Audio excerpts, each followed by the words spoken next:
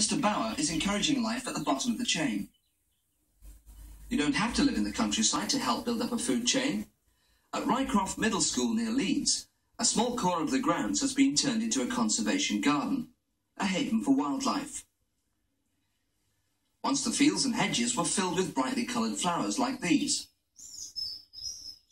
Mr. Rymer is showing two of the boys how to cut a hay meadow. Most of the flowers in the wildflower meadow are finishing flowering now. They've provided food for birds and insects during the summer. A lot of them are providing seeds, which will grow again next year. So, once a year, we have to cut down all the plants in here. Now, take great care because those are very, very sharp.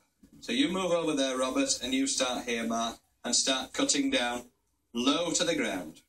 No fly mow here. Using the sickle to cut the meadow was the traditional way to harvest for centuries, and still is in many countries today. But keep your foot well out of the way. Many familiar garden plants are favourites of the insects, so some of these are being planted. Okay, stop there. Let's let the water drain away a little bit. Right, what are we going to do with that, Sarah? I'm going to tip it up now so I can put it in the hole. Has it got some good roots on it? Yes. Just tease them out a little bit. All the way round. Put it in the hole now. It's important to plant it at the same level so that it's not very too deep. Now, put all this soil. Now push it down with your knuckles. With your knuckles nice and firm all the way round.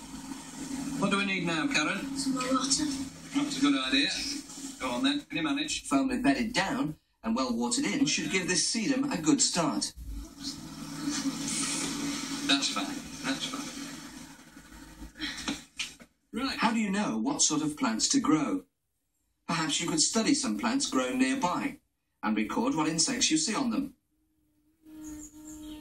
In another corner of the garden is the tree nursery.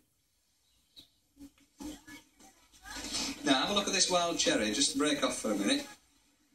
Right now, Vicky, can you tell me how we know how much this tree has grown in 1 year? Well, it sounds the different colour of the bark and this notch here, so it's grown this much. That's the bud that was there in spring, isn't it? And it's grown that much. This is a wild cherry tree. A pond is a miniature wildlife nature